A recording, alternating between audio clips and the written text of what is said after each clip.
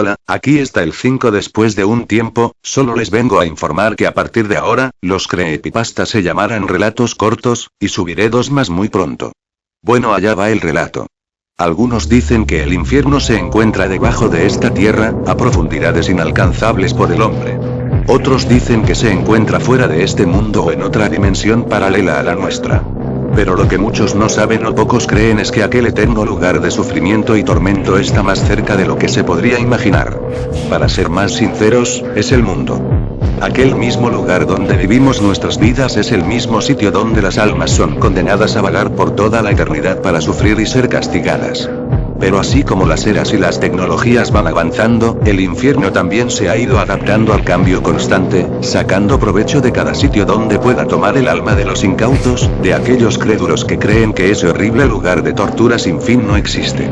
Pero algo es cierto, el infierno no es el mismo para nadie. Año 2006, inicios de septiembre.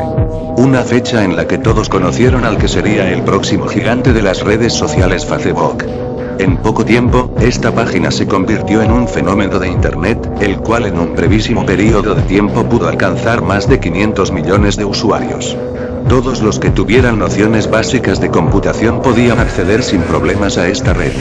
Y siendo mi caso, el de alguien con muy buenos conocimientos en informática, no dude en aventurarme en este concurrido sitio. Al principio, todo era nuevo, y el potencial que tenía la página era algo que no tardé mucho en descubrir, para que luego este se convirtiera en un lugar de visita diaria casi por excelencia. ¿Y el creador de toda esta maravilla? Mark Zuckerberg, un joven estadounidense, estudiante en informática, que logró transformar una simple red de estudiantes en una página que revolucionaría la comunicación entre personas de todo el mundo. Para mí, como seguramente para muchos otros, fue alguien que incluso después de haber sacado a luz pública la página, permaneció desconocido para gran parte de la población que utilizara Facebook. Pero siendo yo de naturaleza curiosa, siempre interesado por saber más, investigué acerca de él. Nada relevante en cuanto a sus logros anteriores, aunque era interesante algunas que otras discrepancias en cuanto a su creación, de la cual al principio estuvo rodeada de polémica. Cosa que realmente no me extraño en lo absoluto, ya que cosas así eran típicas. Pero lo cierto es que las mayores fuentes de información no siempre cuentan la verdad entera, y lo he sabido de toda la vida. Así que dado que tenía contactos que estaban cerca de él y lo conocían, empecé a preguntarles acerca de su personalidad o estilo de vida.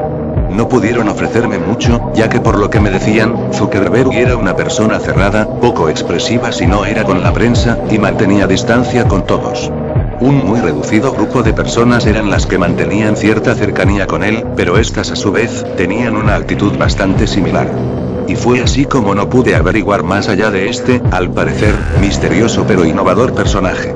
Preferí dar como acabado el asunto y no molestarme mucho en eso. Estaba más concentrado en otros temas de mayor importancia para mí. Pero pronto me empezaron a comentar cosas más extrañas sobre el señor Mark. Vieron que cada vez se lo veía más demacrado, con un aspecto macabro y sombrío. También se rumoreaba que andaba experimentando con ciertas cuentas de usuarios del Facebook, transmitiéndoles mensajes subliminales a partir de ciertas modificaciones de las fotos y perfil del usuario. No me parecía que fuera del todo cierto, ya que se escuchaba como historia de conspiraciones y planes de dominación mundial, como las que se ve en las caricaturas.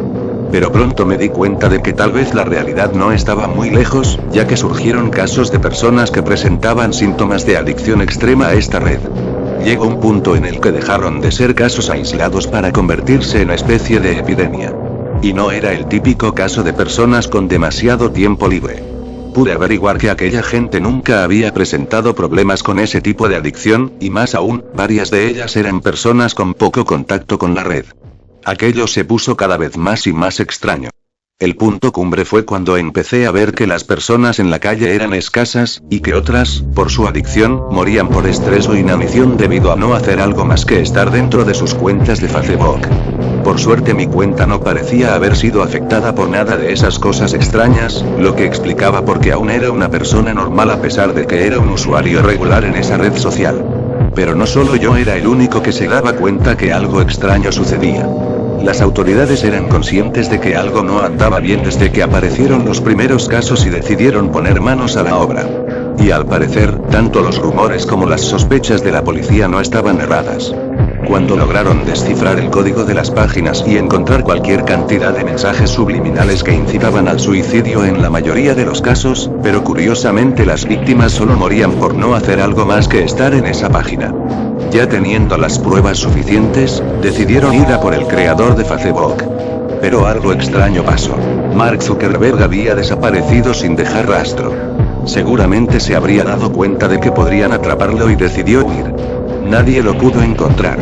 Pero a pesar de que la empresa donde se manejaba todo lo referente a la red social se había desmantelado, había algo perturbante.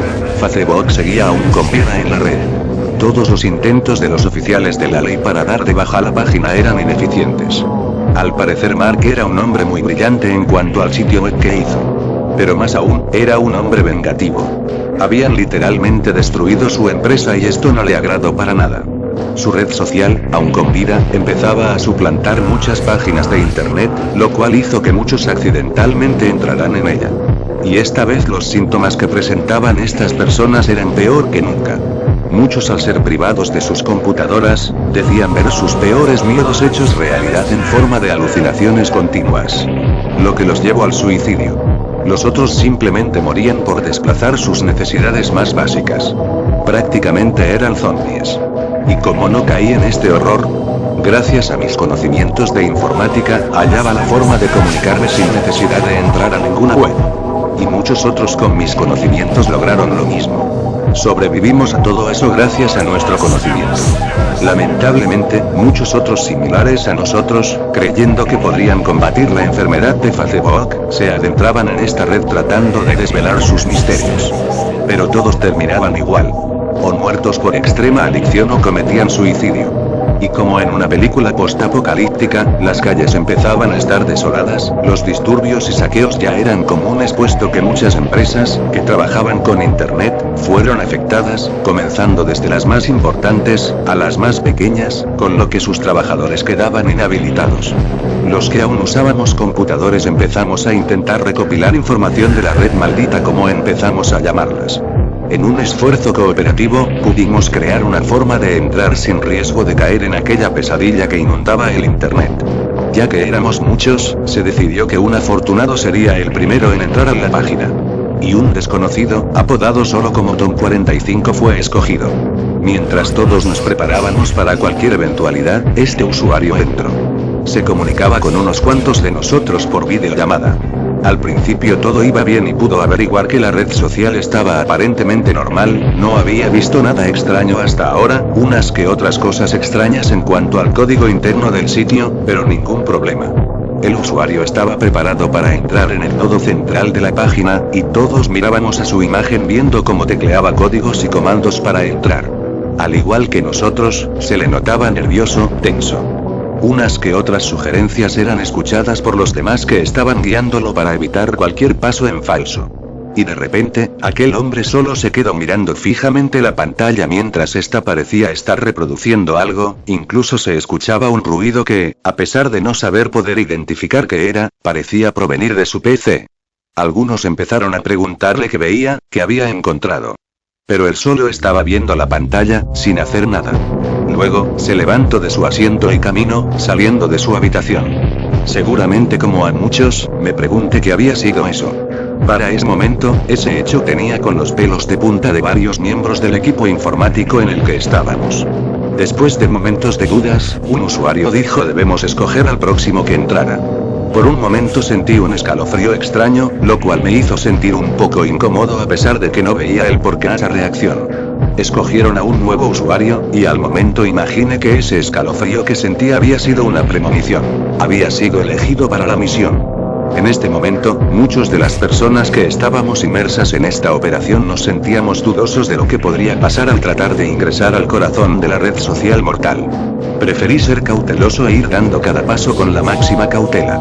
Hubo momentos en los que mi PC se quedaba colgada y volteaba la mirada para no ser víctima de lo que sea que fuese que estuviera haciendo estragos con la voluntad de las personas. Pero todas resultaron ser falsas alarmas. Pero al ser constantes y no conocer el horror que ocasiona un casi fin del mundo, cada movimiento que hacía me generaba un increíble miedo. Pero su máxima expresión fue al encontrarme tan cerca del núcleo de Facebook. A estas alturas esperaba que cualquier cosa pasara, lo cual no sucedió. Revisé a fondo todos los datos viendo por cuál podría empezar para tratar de parar esta pesadilla. Y lo había encontrado, un archivo que aparentaba ser algo sin mucha importancia. Al acercarme para analizarlo, sentí otro escalofrío, pero pensando que solo eran los mismos nervios, no le presté atención. Hasta que sin ningún aviso mi monitor se apagó y volvió a encenderse con la misma velocidad. Realmente me asusté mucho, al punto de dar un pequeño brinco en mi silla, pero luego vi que todo estaba normal, solo parecía que fuera un fallo de energía. Pero al ver la imagen por cámara de los demás que me acompañaban, me percaté de que ninguno estaba, como si se hubieran ido. Hablé a través del micrófono tratando de obtener respuesta, y el silencio fue lo único que obtuve. Rogaba que solo fuera que se había congelado la imagen. Pero luego vi como una de las cámaras activas estaba en una habitación, con un rojo sangre muy intenso. La miré fijamente en búsqueda de movimiento o señales de vida, y vi como poco a poco una silueta negra se iba acercando a la cámara hasta que pude ver su rostro y descubrir que era el mismísimo creador de Facebook. Pero no tenía una apariencia normal. Su color de piel tenía un tono grisáceo, los ojos hundidos y unos ojos faltos de brillo, como si estuvieran secos. Por la mente se me pasó rápidamente que ese sería mi fin y no valdría la pena oponer resistencia. Pero M, como llamábamos al creador de toda esta catástrofe, solo se limitó a decirme, ¿con que querías saber algo más de mí? Espero que estés preparado, puesto que luego de esto no creo que el futuro sea algo que pueda tener relevancia alguna para más nadie en esta tierra. ¿Cómo lograste todo este desastre? Le pregunté a M. Pues ya que seguramente no podrás revelar cómo hice posible todo esto, no me importa explicártelo. Así que basta con empezar diciéndote que todos ustedes se basan en códigos de programación y solo eso. Dejan que la tecnología ayude solo a la tecnología. Cuando en realidad el secreto reside en utilizar todos los elementos a tu disposición, por muy locos que puedan parecer. Es por eso que nadie logró lo que yo en tan poco tiempo he hecho. Pero todo tiene un precio. Y no estoy exento.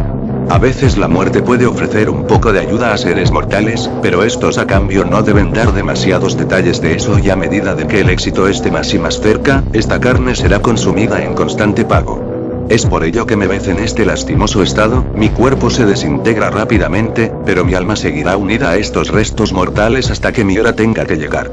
Ahora, la pregunta es, ¿por qué? ¿Por qué tanto horror desatado sobre tantos? Simple. El mundo ya no puede dar cabida a más vidas, y la muerte por sí sola no tiene la suficiente rapidez para acabar con tantos en tan poco tiempo. Así que en ocasiones necesita de personas que le puedan servir de instrumentos para sus fines. Pero hasta ahora yo he sido el único que ha llevado más lejos sus propósitos. ¿Y qué ganaría yo con esto? Mi cuerpo desaparecerá, es cierto, mi alma será al final de la muerte, también cierto, pero en el otro lado resurgiré como un ser con poderes más allá de lo imaginable. Y cuando en este mundo no quede más nada que polvo, volveré y haré un nuevo mundo. Un mundo a mi antojo. Debo decir que sus palabras parecían sacadas de un guión de película de terror. Obviamente no le creía nada, solo pensé que lo inventaba todo, pero alguna razón de peso debía existir para que una maldición tan grande. ¿Cómo puedo saber que lo que dices no es más que un cuento bien elaborado? Fue lo que le respondí. A través de la cámara se notaba como se le dibujaba una sonrisa leve. A lo que me dijo, quizás una pequeña muestra de lo que puedo hacer te haga ver mi poder. Pero para hacerlo más directo, dejaré una pregunta. ¿A qué es lo que más temes? Pensando un poco le respondí, a la oscuridad. Pues, creo que tu mundo estará algo falto de luz como prueba. Entonces vi como mi monitor empezaba a irradiar una fuertísima luz que empezaba a cegarme, a lo cual volteé. Cuando abrí los ojos todo se había tornado de noche, pero la oscuridad era espesa. Ni la luz de las estrellas ni de la luna estaban presentes. Aparte de eso, ni un solo ruido. Totalmente callado. Debido a que mi fobia con la oscuridad era algo incontenible, empecé a desesperarme.